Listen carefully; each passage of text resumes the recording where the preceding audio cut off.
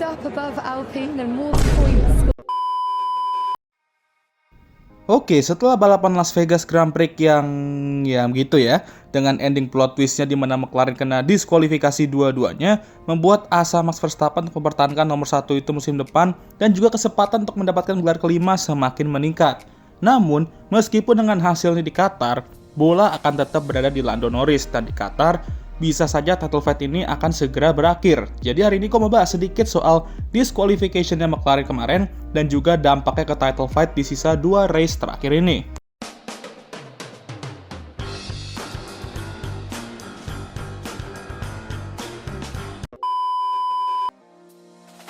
Oke, kita bahas sedikit soal disqualification McLaren kemarin dan karena ini ada hubungannya sama technical dan gua agak sedikit lemah di sini. Jadi nanti kalian bisa perbaikin gua aja di kolom komentar kalau ada salah atau kalian mau nambahin sesuatu ya boleh lah silahkan gitu ya. Jadi simpelnya ya kenapa mereka kena disqualification? Karena mereka ya melanggar regulasi. Ya apa yang mereka langgar Bambang regulasinya? slow. Jadi gini, kalian semua tahu kan kalau mobil F1 tuh juga punya lantai ya atau floor kita ngomongnya. Nah di floor itu ada yang namanya plank atau skid block. Yang ini nih kalau kalian nggak tahu ya. Nah kalian juga pasti tahu kan bahwa mobil F1 tuh saking rendahnya ke aspal, mereka bakal ngeluarin percikan api kayak mau Happy New Year itu ya. Nah kejadian kayak gitu bakal ngekikis plank floor mereka perlahan-lahan dan FIA memiliki regulasi di mana plank mobil itu nggak boleh terkikis lebih dari 1 mm. Jadi tebal plank kan 10 mm. Jadi kalau terkikis di bawah 9 mm itu pasti bakal kena disqualification. Dua McLaren, planknya terkikis di bawah 9 mm itu, sehingga ya akhirnya kena diskualifikasi sesuai regulasi. Nah gitu guys, belum. Nah mungkin kalian nanya, kenapa regulasi ini diterapkan? Memang ada untungannya gitu? Ya karena FIA mau metoleransi ya setiap tim itu untuk gak menyeting mobil mereka terlalu rendah, yang bisa meningkatkan performa mobil. Apalagi McLaren tahu sendiri ya betapa lontongnya mereka di lurusan musim ini. Makanya mereka menyeting mobil mereka cukup rendah agar dapat buff speed tuh di straight line ya. Yang hasilnya mereka malah pulang dengan 0 poin di Las Vegas ini. Tahu gitu mah mending gak usah ikut balapan ya kan? Bikin mesinnya jadi aus aja.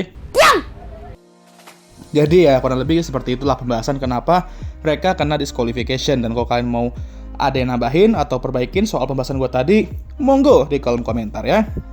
Oke, sekarang kita bahas dampaknya ke sisa 2 balapan ini di title fight-nya ya. Kalau kita lihat yang paling diuntungkan ya sudah jelas ya Max Verstappen dari drama ini. Yang tadinya dia 42 poin di belakang Lando dengan sisa 58 poin yang bisa direbut, dia kikis jadi 24 poin. Kelo emang gak tahu gue mana yang lebih mantul terkikisnya. Gap poin dia ke Lando atau plank floor-nya McLaren kemarin. Gap poin dia jadi sama dengan Oscar dan mereka berdua secara matematis masih berpeluang untuk menjadi Jordan musim ini. Nah, ngomongin soal Oscar, dia agak di tengah-tengah di sini ya. Karena ya kalau nggak disqualification, gap point dia ke Lando jadi 30 poin. Lebih jauh ya kan? Tapi karena dua-duanya kena disqualification, dia hanya 24 poin di belakang jadinya. Nggak ada perubahan dari ronde sebelumnya. Walaupun dia juga harus was-was sekarang karena Max sudah sama poinnya kayak dia. Bayangin aja, udah capek-capek mimpin klasemen, cukup lama ya, tapi endingnya P2 pun nggak dapet, kan agak, iya gitu. Tapi nih, ini orang setelah meninggalkan track, mukanya kok senyum-senyum jahat gini ya kelihatannya ya. Apakah dia tahu disqualification ini justru menguntungkan dia? Akankah the real Oscar is back? Kalau kata Saipul 2020 sih, jangan kebanyakan asumsi. Hehe, bener juga sih kata Saipul ya. Tapi sudah jelas gak diuntungkan di sini ya Lando ya. Dia udah menjalani weekend yang oke di mana dia extend gapnya ke Oscar ya kan. Malah nggak ada perubahan dan malah si anomali satu itu semakin mendekat ke mereka.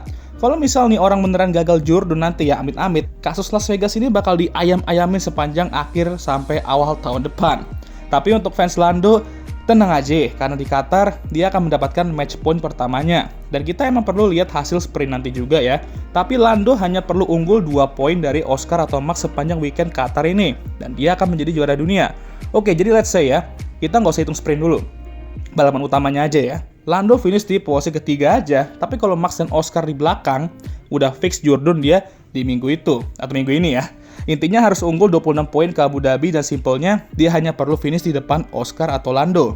Nah untuk Oscar dan Max ya, mereka hanya perlu finish di depan Lando untuk ngedrag ini sampai ronde terakhir yaitu Abu Dhabi. Dan ada kemungkinan salah satu dari mereka akan ter-KO duluan di sini kalau feeling gue ini ya sebelum Abu Dhabi. Ya intinya mah jangan di belakang Lando aja. Mereka mau di sprint ataupun race utamanya harus di depan Lando.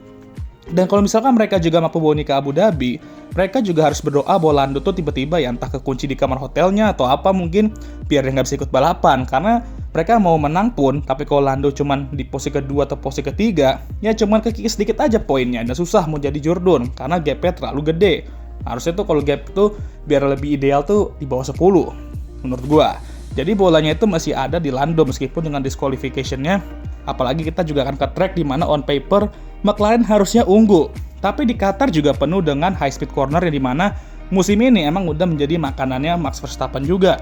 Jadi peluang masih terbuka lebar untuk semua pembalap dan bahkan untuk Oscar yang kita tahu beberapa balapan ini lagi underperforming ya kan. Tapi dia bisa aja memberikan kita kejutan di sisa 2 race terakhir ini.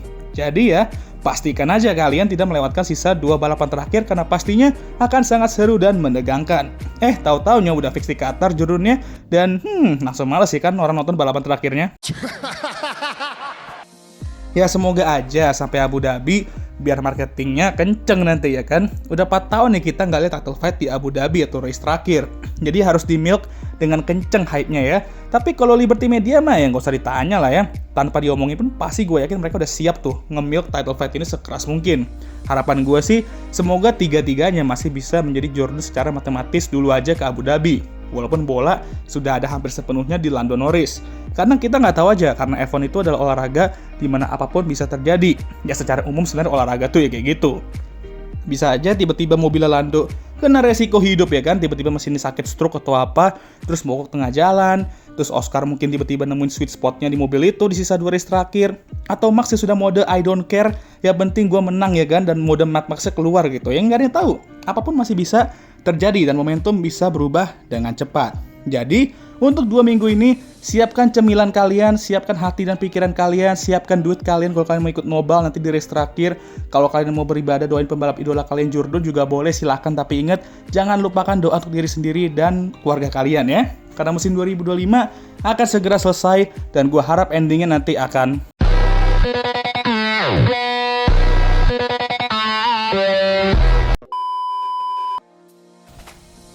Ya wes dah, sekian video kali ini. Gimana menurut kalian? Jangan lupa like, subscribe, agar gue bisa tembus 10k subs semakin tahun. Share video ini, dan jangan lupa juga untuk menyalakan lonceng notifikasi agar kalian semua tahu ketika gue ngupload video baru. Jangan lupa juga untuk follow Instagram gue. Capek banget cuy. Seperti biasa, video ini akan ditutup oleh